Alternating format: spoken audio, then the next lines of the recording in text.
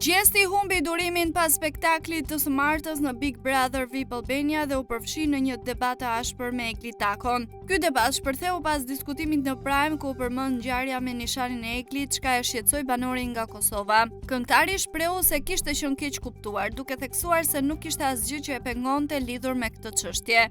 Pas përfundimit të spektaklit, tensionet midis tyre u rritën dhe debati u intensifikua. Ata u përplasën me tone të larta duke shkëmbyer akuza dhe fjalë të ashpra. Gjesti ndjeh e i viktimizuar dhe i tregoi Danjës për situatën, duke theksuar se ai ishte trajtuar padrejt. Ndërkohë Egli i shpjegoi situatën duke thënë se këto diskutime kishin dalë nga dhoma e rrëfimit ku kishin folur për ngjarjen.